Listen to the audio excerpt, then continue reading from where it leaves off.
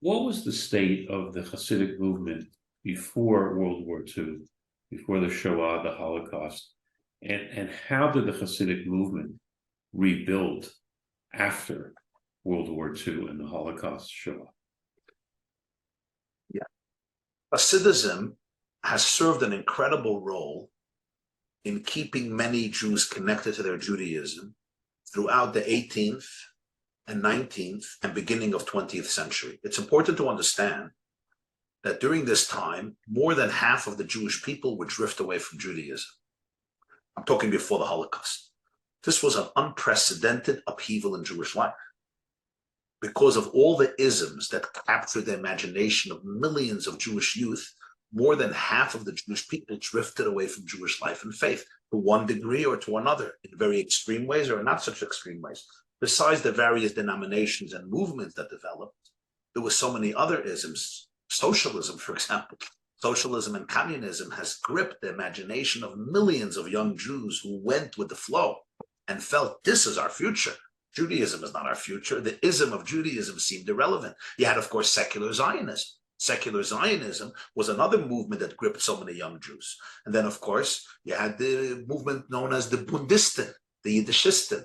These were socialists, but very much connected to Yiddish culture, Jewish life, not Jewish religion, not Jewish faith, and other isms that really, the Enlightenment itself, it lured into its grip millions and millions of Jews who drifted away from Judaism. Many of them got a Jewish education as kids, and then they grew up and they abandoned it. This is where the Hasidic movement played a major significant role, much more than any other movement. Much more than any other movement, even though the Hasidic communities also suffered these casualties, but you couldn't compare.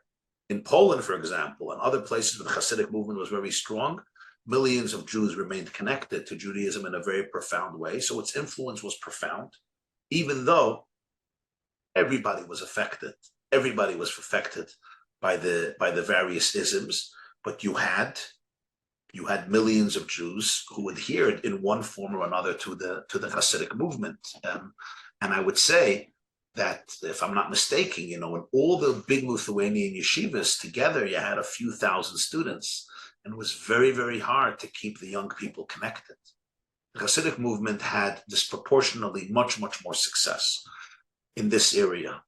Another thing that should be emphasized is what happened in Russia with the Bolshevik Revolution. The Bolshevik Revolution destroyed Judaism in a way that the Enlightenment could not do in 200 years. The Yevsektia, which was the Jewish section of the Communist Party, destroyed Judaism in the former Soviet Union in 10 years, from 1919 to 1929, in a way that it could not be destroyed in 200 years by the Enlightenment. The Yevsektia was headed by Shimon Dimenstein. Shimon Dimenstein was a yeshiva boy. He learned in Telz. He got smicha, they say, from Reb Chaim Oisik Radzensky of Vilna. I think at some point he even learned in a Chabad yeshiva, I'm not sure. Shimon Dimenstein became the head of the Yevsektia, and in 10 years, this Yevsektia, they also arrested the Lubavitcher Rebbe, the previous Lubavitcher Rebbe in Russia. They almost killed him. They had him shot. He was saved the last moment in 1927. And in 10 years, what they did in the Soviet Union was unheard of. For 70 years, Judaism in the Soviet Union was completely underground because of the communists, particularly the Jewish communists. Of course, in 1929, 1930, Stalin became suspicious of them and he killed almost everybody. He always killed his closest people because he was paranoid that you're not communist enough. Ultimately, at the end of the day, you're a Jew. And I should say this, it was a few of the Hasidic movements in Russia that kept Judaism going underground, particularly the Chabad movement under the leadership of Rabbi Yosef Yitzchak Schneerson, the sixth Lubavitcher Rebbe. What he did in the Soviet Union in those years is literally the stuff of legend. He and his Hasidim, his followers, he built 600 underground Jewish schools. 600 underground Jewish schools. Now, you know how hard it is to build and sustain a school in America where the government funds part of your budget? Imagine in the Soviet Union. He literally kept Judaism alive underground in the 1920s. And then when he left through his followers in the 1930s, and when communism fell in 1989, and Jews started to come out of the basements, that whole underground network was alive and well, and it became the infrastructure for the revival of Russian Jewry, which for 70 years was completely dormant and latent, besides a few pockets of Jewish life of the seniors that the communists allowed to be open. And it was, I think, very obvious then, the power of Hasidism. That the Jews, many, not all, but that many Jews, Chabad Hasidim and other Hasidim that were there, but maintain the faith under such pressing circumstances was, I think, a real testimony to what Hasidism gave the Jewish people. This was different than the Holocaust. The Holocaust, Hitler came and just murdered everybody. In the Soviet Union, they didn't murder everybody, but they destroyed the whole culture. They destroyed the whole faith. I mean, Stalin murdered tens of millions of people, but Judaism was completely destroyed. And those who lived there, including both of my grandparents, lived in Russia. My grandfather was arrested and tortured. My other grandfather was arrested and then he was liberated. So I know this personally, and yet they maintained Jewish life under unbearable conditions for 70 years. For 70 years, from 1920 all the way till the death of communism in 1990. That's an incredible feat.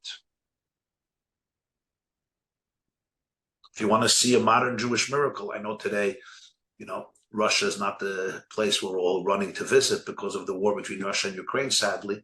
But I remember I went a few years ago to Russia before the war with Ukraine, and I was visiting the various communities, and I said, you want to see a modern Jewish miracle? Maybe one of the greatest Jewish miracles of history, you go visit Russia today. You see what happened. If anybody knows this Soviet history and how it turned around in the last few years, you're talking about a miracle that is akin to the splitting of the sea and maybe greater. Just in conclusion, you asked about how they revived it after the Holocaust. That's one of the great miracles of Jewish history, how they did that. Nobody thought there would be a future. Nobody thought there would be a future. In 1945, the Hasidic world was basically almost completely decimated. Take a movement like Ger, Belz, Alexander, Chartkov, Radomsk. I'm talking about large Jewish communities, Sakhachov, nothing left. Leaders themselves were wiped out and murdered, their families, their successors, their Hasidim. You had Jewish groups, Hasidic groups in Poland that numbered 50,000 followers, 100,000 followers. There was nothing left. Everybody was murdered. There were pockets of survivors. Who could rebuild this? Who could rebuild it? The Lubavitcher Rebbe, when he became a Rebbe in 1950, I wasn't born yet, but somebody told me he was in 770 once. The Rebbe came into a Fabrengen, and the Rebbe himself had to put out the tablecloth. The Satmar Rebbe, a Jew, he just died, his name was Rabbi Sogar, and told me the Satmar Rebbe needed a minyan, Shivasa B'Tammuz, so they sent a few Lubavitch boys to the Satmar Rebbe to make his minyan. You understand? Today they don't need a minyan in Rodney Street or in Kiryas Yoel in Monroe, Baruch Hashem. And 770 also doesn't need a minyan. But you're talking about Bobiv, take a movement like the Belz. The Belzer Rebbe lost his wife and he lost his children, he lost his grandchildren. He had nothing, Rebbe Aaron Belz. He remarried, he never had a child. His half-brother had a child and he died a year later. And he's today the Belzer Rebbe. The Bobiv Rebbe, right, was murdered with his family. And the Reb Shlomo Halberstam, he came here without nothing. Everybody was murdered. They started from scratch. They started from scratch. There was something special that happened. The Satmar Rebbe, all the Hasidic movements almost in Israel and in America and over the world, they literally all started struggling and having a minyan. Nobody saw a future here. But I would say that this was the great tenacious perseverance and passion and faith of the Hasidic leaders who started to rebuild. And they rebuilt communities through their dedication and their love and their tending to the flock and their belief in Netzach Yisrael, in the eternity of Israel. And when you look 70, 80 years later, it's an incredible reality. Many of these communities have rebuilt their communities literally from the ashes, and some of them have grown much larger to how they were before the war, or at least similar size.